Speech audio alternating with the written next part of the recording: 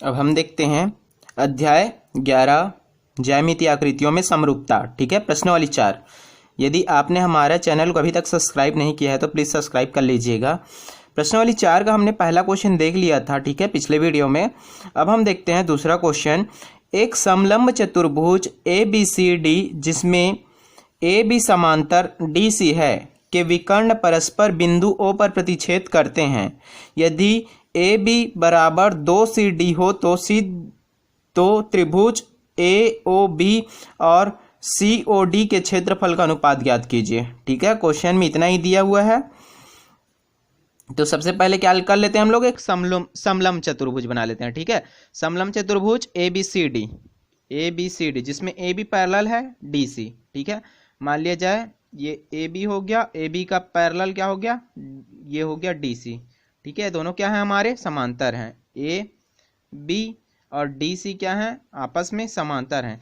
और कौन सा चतुर्भुज है, समलंब चतुर्भुज। समलंब चतुर्भुज में एक जो पेयर होता है, मान लिया जाए ये आमने सामने के एक जोड़ा सिर्फ क्या होते हैं, समांतर होते हैं, बाकी दोनों क्या होते हैं, समांतर नहीं होते। यदि दोनों जोड़ा समांतर हो जाएगा तो कौन सा चतुर्भुज होता है, समांतर चतुर्भुज। लेकिन ये कौन सा बोला है, समलंब चतुर्भुज। तो इसको क्या कर दिया, मैं ये मिला दिया, तो ये क्या बन गया हमारा, समलंब चतुर्भुज। मैं कौन सा बोल रहा हूँ, जब दोनों क्या होते हैं, आपस में समांतर होते हैं। इस टाइप से दोनों समांतर हैं, ये दोनों आपस में समांतर है और ये दोनों क्या था, आपस में समांतर है, तो ये क्या कहलाता है, समांतर चतुर्भुज। समलंब चतुर्भुज ये है हमारा समलंब चतुर्भुज। ठीक है, समलंब चतुर्भुज, एक समलंब चतुर्भुज ABCD। अब समलंब चतुर्भुज बन गया ABCD जिसमें AB समांतर है DC। AB समांतर है किसके, DC के विकर्ण परस्पर के विकर्ण। अब इसके विकर्ण, ये A से विकर्ण लूँ तो ये कहाँ पर जाएगा, ये C पर, और D से विकर्ण लूँ तो ये कहाँ पर जाएगा, B पर। तो के विकर्ण परस्पर बिंदु O पर प्रतिच्छेद करते हैं। अब ये कहाँ पर प्रतिच्छेद कर रहा है, बिंदु O पर प्रतिच्छेद करते हैं। यदि AB बराबर हो 2CD, मतलब AB किसके बराबर हो, दिया क्या है यहाँ पर,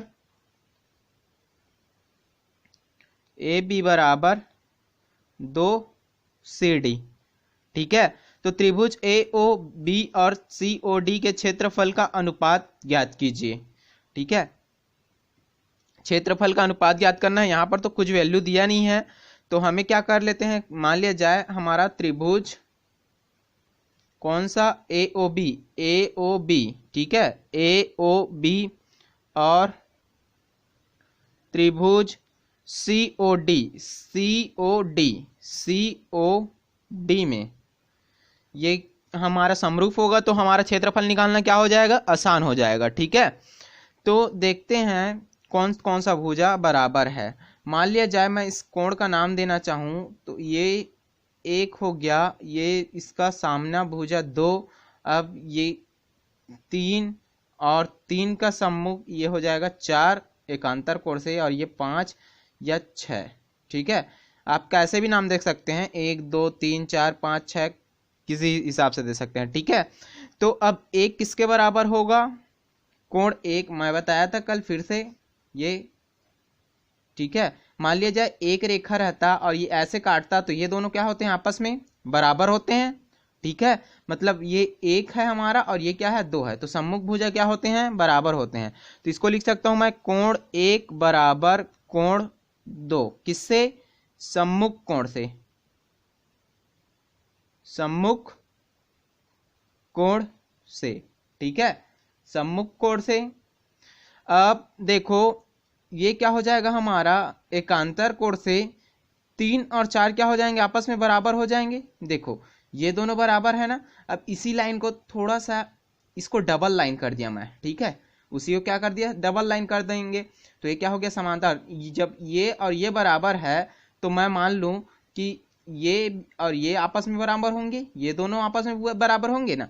तो ये 4 है और ये 3 है, 3 कहाँ पर दिया हुआ है, ये इस जगह पे दिया हुआ है 3, तो ये वाला बराबर होगा, ये वाला बराबर होगा ना। तो इसको 2 बनाए हैं तो ये वाला बराबर होगा। ठीक है, इसीलिए मैं बोल रहा हूँ 3 और 4, 3 और 4 क्या होंगे, बराबर होंगे। कोण 3 बराबर है किसके, कोण 4 से, किससे, एकांतर कोण से। ठीक है, एकांतर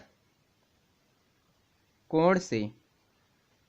ठीक है, अब देखो ये 5 किसके बराबर होगा, 6। ठीक है, 5 किसके बराबर होगा, 6, ये भी समांतर है। ये समांतर लाइन है ए बी और सी डी समांतर लाइन है और ये ऐसे कटा हुआ है, मान लीजिए ये ऐसे कटा हुआ है, ठीक है। तो ये किसके बराबर होगा, इसके बराबर होगा, मतलब ये यहाँ 5 है और यहाँ पर क्या है 6 है, तो किसके बराबर होगा 5, कोण 5 किसके बराबर होगा कोण 6, किससे, एकांतर कोण से, एकांतर कोण से, ठीक है। इसको आप लोग 9वीं में अच्छे से पढ़ लियो ना, इसलिए मैं और क्लियर नहीं बता रहा हूँ, ठीक है। मैं ये सब चीज आप 9वीं में पढ़ लिए हो, यदि आप नहीं विश्वास है आपको तो आप अपना बुक खोलना और देख लेना, ठीक है। तो ये तो पता चल गया, कोण 1 बराबर है किसके, कोण 2 के, कोण 3 बराबर है किसके, कोण 3 बराबर है कोण 4 के, कोण 5 बराबर है कोण 6 के। फिक्स नहीं है कि हम इसी को 1, इसी को 2, इसी को 3, इसी को 4, इसी को 5, इसी को 1, 6 दें, किसी भी हिसाब से दे सकते हो, 1 2 3 4 5 6 ऐसे दे सकते हो। मैं क्या लिया हूँ 1 2 3 4, क्योंकि ये मेरे को पता था कि ये कोण बराबर हो जाएंगे और ये कोण बराबर हो जाएंगे, ठीक है। किसी को भी कुछ नाम दे सकते हो, ठीक है। तो अब हम कह सकते हैं कि क्या होगा, त्रिभुज ए ओ बी और त्रिभुज सी ओ डी क्या होंगे, समरूप हैं, ठीक है। त्रिभुज ए ओ बी समरूप है किसके, त्रिभुज सी ओ डी के, ठीक है। किससे को कह सकते हैं, कोण कोण समरूपता, ठीक है। कोण कोण समरूपता को क्या बोलते हैं, ए समरूपता, मैं लिख लेता हूं कोण कोण समरूपता, ठीक है। क्यों लिख रहे हैं कोण कोण समरूपता, क्योंकि इसके कोण आपस में क्या है, बराबर हैं, ठीक है, इसलिए कोण कोण समरूपता से।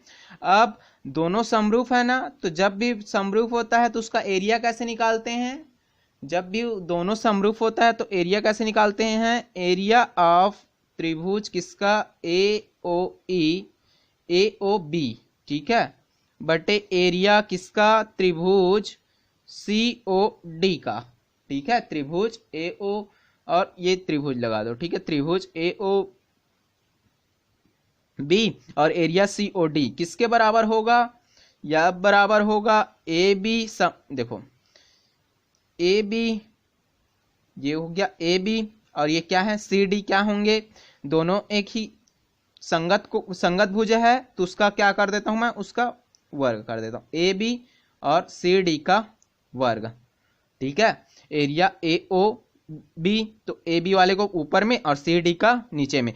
क्या होता है, जब भी एरिया निकालते हैं, एरिया का क्षेत्रफल का अनुपात पूछता है, तो क्षेत्रफल का अनुपात दो संगत समरूप त्रिभुज के संगत भुजाओं के वर्ग के क्या होता है, बराबर होता है, ठीक है। प्रमेय जो बताया था पिछले वीडियो में, ठीक है, उसी से क्या कर देते हैं, ए बी बराबर सी डी।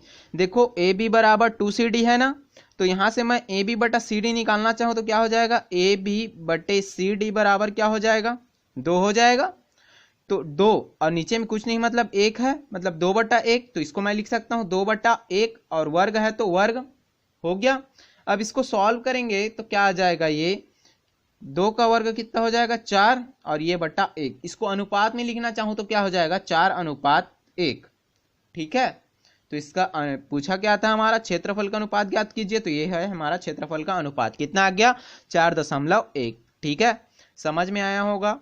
अब देखते हैं नेक्स्ट क्वेश्चन, क्वेश्चन नंबर हमारा है 3, ठीक है, अध्याय 11 प्रश्नावली 4 का 3 क्वेश्चन।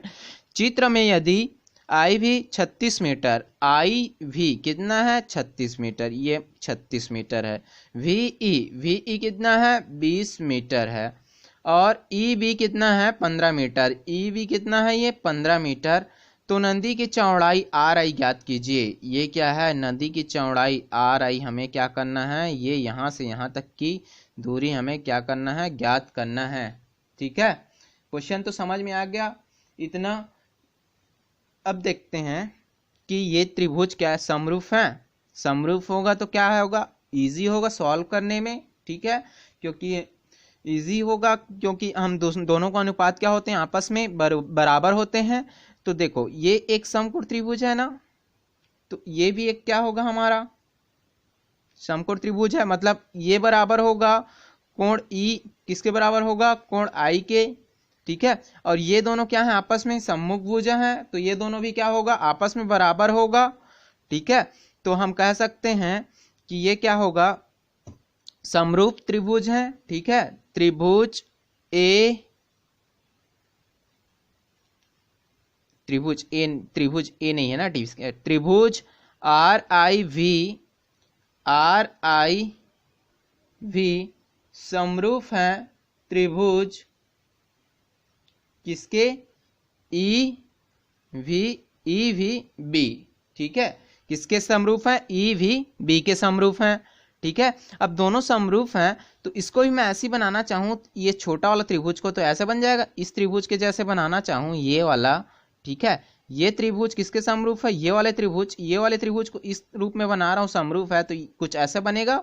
इसका कितना है 20 है और ये कितना है 15 है, ठीक है। तो ये वाला निकालना है ना हमें, और ये वाला दिया हुआ है, मान लिया जाए ये क्या है हमारा आर आई है, तो आर आई का आर आई, और अतः आर आई बटे इसका संगत कोण कौन सा हो जाएगा, ये वाला 15, ठीक है। इसको रीअरेंज करके बनाए हो तो ऐसे बनेगा, तो बटे 15 बराबर, अब ये 36 और ये 20, ठीक है। 36 बटे 20, तो ये हो गया 36 बटे 20। क्योंकि ये दोनों क्या है, समरूप हैं। तो समरूप हैं तो इसके भुजाओं का अनुपात क्या होगा, आपस में बराबर होगा, इसलिए मैं क्या कर दिया, ये सॉल्व कर दिया, ठीक है। अब हम यहां से निकालेंगे तो आर आई बराबर क्या हो जाएगा 36, ये 15 का गुणा उधर हो जाएगा, तो 36 गुणित 15 बटे 20, ठीक है। कटाना चाहें तो 5 तिया 15 और 5 चौक 20, ठीक है। और कट जाएगा 4 एकम 4, 4 निया 36, तो आर आई बराबर कितना आ गया 9 गुणित 3, ठीक है। 9 गुणित 3, तो आर आई का मान कितना आ जाएगा हमारा 9 गुणित 3, 9 तिया 27, और किस में दिया है, ये सब मीटर में दिया है, तो ये भी इसका यूनिट भी क्या हो जाएगा, मीटर हो जाएगा, ठीक है। इसका इकाई क्या हो जाएगा, मीटर हो जाएगा, ठीक है। तो आर आई का मान निकालने के लिए बोला था, और आर आई क्या है, नदी की चौड़ाई। आर आई कितनी होगी, तो नदी की चौड़ाई कितनी होगी 27 मीटर होगी। कैसे, क्योंकि ये दोनों क्या हैं, समरूप हैं, पता चल गया। तो इसको भी मैं यहाँ से संगत समरूप जैसे बना दिया, तो इसके संगत कोण ये हो गया, इसका संगत कोण ये हो गया, इसका संगत कोण ये हो गया। यदि मैं डायरेक्ट इसी डायग्राम में देखना चाहूँ तो इसका संगत कोण ये है, इसका संगत कोण ये है, इसका संगत कोण आर और भी का संगत कोण क्या है, बी और भी है, ठीक है। तो वहां से हम क्या कर दिए, सॉल्व कर लिए और आर आई की दूरी निकाल लिए, ठीक है। अब हम देखते हैं नेक्स्ट क्वेश्चन नंबर 4, ठीक है। क्वेश्चन नंबर 4, प्रश्नावली 4 का 4था क्वेश्चन। यदि दो समरूप त्रिभुजों के क्षेत्रफल बराबर हों तो सिद्ध कीजिए कि वे त्रिभुज सर्वांग सम होते हैं।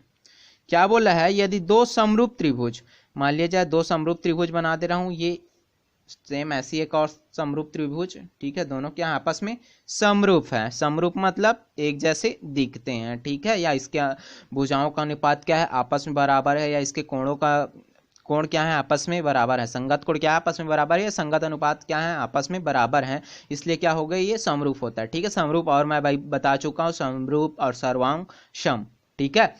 तो यदि दो समरूप त्रिभुज, मान लिया जाए ये ए बी सी, ठीक है, और ये पी क्यू आर, ठीक है, पी क्यू आर क्षेत्रफल समरूप त्रिभुजों के क्षेत्रफल बराबर हो। अब इसके क्षेत्रफल क्या हो, वो बोल रहा है बराबर हो, तो दिया हुआ है क्षेत्रफल को बराबर कर देते हैं हम लोग। क्षेत्रफल त्रिभुज, क्षेत्रफल किसका, क्षेत्रफल त्रिभुज किसका, ए बी सी बराबर है क्षेत्रफल किसका, पी त्रिभुज पी क्यू आर का, ठीक है। इसी को हम और कैसे लिख सकते हैं, त्रिभुज ए बी सी, एरिया किसके, त्रिभुज ए बी सी बराबर है एरिया किसके, ए बी सी को हम क्या कर लेते ब्रैकेट में, त्रिभुज किसके, पी क्यू आर के, तो ये हो गया पी क्यू आर के बराबर है, ठीक है। अब मैं इसको नीचे लाना चाहूं तो क्या हो जाता है, एक हम प्रमेय देखे थे, क्या होता है, एरिया त्रिभुज ए बी सी का अनुपात निकालना चाहें, एरिया किसके साथ, त्रिभुज पी क्यू आर के साथ, ठीक है। तो ये क्या होता है, इसके संगत जो भुजा होते हैं, मान लीजिए ए बी का संगत भुजा पी क्यू के वर्ग के बराबर होता है, ऐसे ए बी बटे पी क्यू का वर्ग होता है, ठीक है, बराबर होगा, या क्या हो सकता है, बी सी बटे क्यू आर। बीसी का संगत भुजा क्या होगा, बीसी का संगत भुजा क्यू आर होगा, इसके वर्ग के बराबर हो सकता है, या क्या हो सकता है, ए सी बटे क्या होगा, ए सी का संगत भुजा होगा पी आर, तो ये हो गया पी आर और इसका वर्ग का वर्ग, ठीक है। अब ये दोनों आपस में बराबर है ना, तो ये दोनों तो सेम वैल्यू होगा, मान लिया जाए एक है तो ये भी एक होगा, तो ये कट के क्या हो जाएगा, एक हो जाएगा। तो हम ऐसे लिख सकते हैं ए बी पी क्यू का वर्ग बराबर बी सी बराबर बटे क्यू आर का वर्ग बराबर ए सी बटे पी आर का वर्ग बराबर है किसके, एक के। क्यों, क्योंकि ये दोनों त्रिभुज आपस में क्या है, बराबर है, तो दोनों क्या हो गया, आपस में कैंसल आउट हो गया, और क्या बचा, एक। तो इस एक को यहां पर ना लिख के इधर लिख लिया हूं, ठीक है। अब एक बार इसके बराबर एक लेते हैं, एक बार इसके बराबर एक, और एक बार इसके बराबर एक, तो क्या हो जाएगा, ए बी बटे पी क्यू का वर्ग बराबर क्या हो गया, एक हो गया। अब ये वर्ग इधर जाएगा तो कोई फर्क नहीं पड़ेगा, तो ए बी बटे पी क्यू बराबर क्या होगा, एक ही होगा, ठीक है। तो यहां से और क्या लिख सकता हूं मैं, ए बी बराबर होगा किसके, ए बी बराबर होगा किसके, ए बी और पी क्यू का गुणा इधर हो गया, तो ये हो गया पी क्यू, ए बी का गुणा पी क्यू के साथ हो गया, ए हो गया, ठीक है। इसी तरह हम इस सब का भी निकाल सकते हैं, बी सी बटे क्यू आर का वर्ग बराबर क्या हो जाएगा, एक, इस वर्ग इधर जाएगा तो करनी में हो जाएगा, तो करनी एक को एक ही लिखते हैं, मतलब बी सी बटे क्यू आर बराबर क्या हो गया, एक, तो बी सी बराबर क्या हो जाएगा, ये क्यू आर का गुणा इसके साथ हो जाएगा, तो ये हो गया क्यू आर। वैसे ही इसी तरह इसको भी निकाल सकते हैं, ए सी पी बटे पी आर का वर्ग बराबर क्या है, एक, फिर से वर्ग उधर जाएगा तो करनी में चेंज हो जाएगा, तो ए सी बटे पी आर और ए बराबर एक, पी आर का गुणा इधर हो जाएगा, ए सी बराबर पी आर, ठीक है।